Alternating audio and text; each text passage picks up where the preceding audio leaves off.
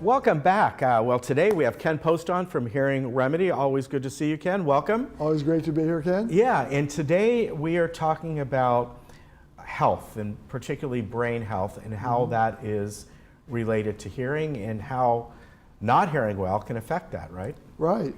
Well, back in 1988, there was a study published showing that people who didn't have good hearing tended to be the people that got dementia. And they were only comparing people with good hearing versus people that didn't have good hearing. So there wasn't any kind of connection between hearing aids. Whether it was like, well, if we improve your hearing, does that also give you less likely chance of getting dementia? Right. And it took them 30 years to come out with a study where they did say you have a 75% better cognitive abilities if you wear hearing aids to get your hearing up to normal versus people that don't. Yeah, and that makes perfect sense. Huge difference.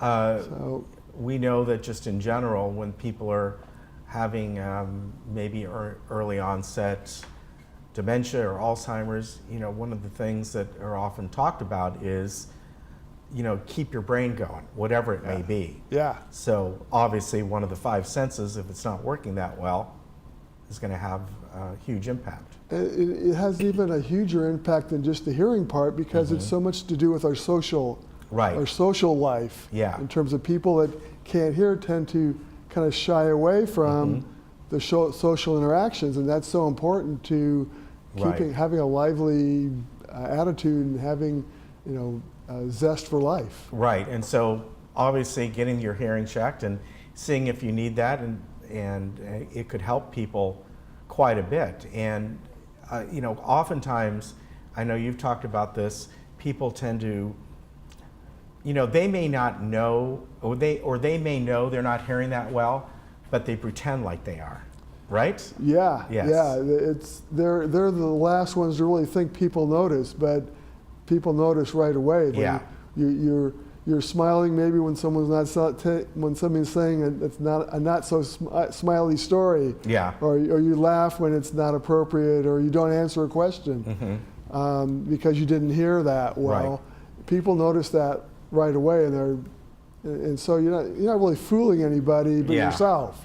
Now, of course, one thing that can help that is getting the proper hearing aid and knowing how to use it and using it to its best of ability. That's where folks like you come in. Yep, that's where we come in. We do offer free hearing evaluations. So if you're wondering, it doesn't cost you anything. We will explain the whole process. We are very thorough at getting you the information so you can make an informed decision on what you want to do with your hearing. Yeah, and that's really the best way to go. Much better than, sure, you can find things online or whatever, but there's certain things you just don't want to get online. Seriously, because things that have to be fitted to you. You carry many different brands, regardless of the price. Who knows? Maybe this brand, the lower price brand, you like better. Maybe the higher price brand or the one that has more features you like. But the only way you're going to know is go to a professional and try these out and get properly fitted.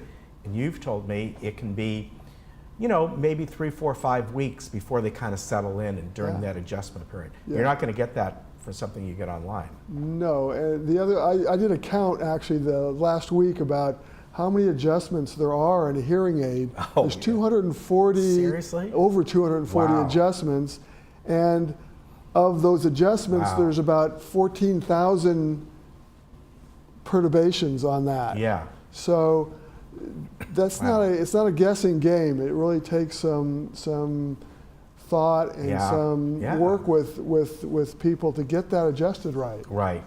So that's going to help your brain health, and people can do other things as well, obviously. Yeah, there's a lot of things we can do. Just challenge your brain with word puzzles and things like that. Yeah.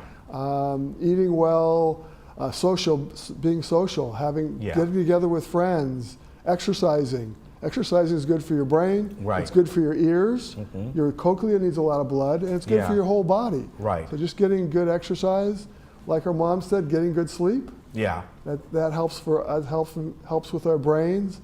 Also, Yeah, it does. they told us the best medicine, laughter. It's great for your brain health. Right. So there's a lot of good things you can do that are pretty easy to do and really fun to do. Yeah. And of course, if you're having problems again with your hearing, or somebody's telling you are, you got to take care of that and find out what's available to you, because it may be something that's minor, it may be something that's not, but you got to take the first step. Yeah, and it's so much easier today in terms Yeah. of the hearing aids are very small and discreet.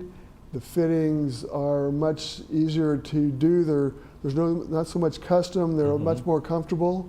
So, and they work much better. They're just Yeah. automatic. You just put them on, they work. They're amazing now. Yeah, that's really good. So if someone wants to set up an appointment with you, they can give you a call. We have the number on the screen, and 949-HEARING, if you remember that, hearingremedy.com. And there's the numbers following it if you need the numbers, 432-7464. And you're not far from here. You're over here on Carlotta and Lake Forest, right? Yeah, right behind Coco's. Yeah. Really close. There we go.